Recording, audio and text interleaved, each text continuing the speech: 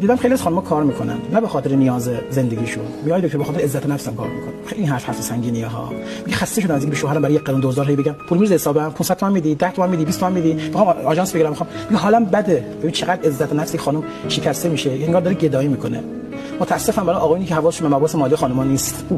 یه چیزی بگم خیلی جالبه. بعضی فکر کردن حق الناس فقط اینه که مثلا از لحاظ پولی و مالی رعایت بکنن. اگر مردی حق همسر رو از لحاظ تایم و زمان ضایع بکنه جواب بده. شوخی هم نیست، کار مال داره.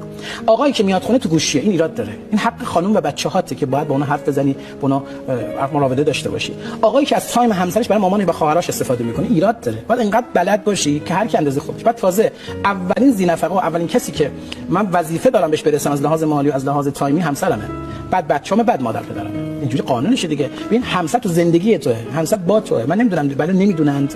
اینقدری که با مامانش راحته با خانمش راحت نیست. این خانمش آخرین نفر میفهمه که مثلا آقا میخواد ماشین بخره. خانمش آخرین نفر میفهمه که فردا میخواد مسافرت. کاری خنده‌دار. برعکس هم داریم ما آقایی که کلا اصلا تو آمار نیستن که بول گفتم اینجا بهت. از وقتا پسر میخواد مادر سلطه داره، اصلا شخصیت سلطه‌گر داره. شخصیتی داره که کنترلگره، شخصیت‌های از این قبیل. شخصیتایی که اجازه نفس کشیدن یا اجازه فکر کردن رو نداده. بچه‌ها با بسته خودش تربیت کرده. هنوز زنگ میزنه خب چی خود غذا خوردی مادر؟ گشته نمونی. بابا هنوز 53 سالشه دیگه ماشاءالله آقا نیم قرن زندگی کرده. متاسفانه بعضی از خانم‌ها اگر رعایت نکنن اینا ایراد دارن. خانم دارم بهت میگم مادر بزرگواری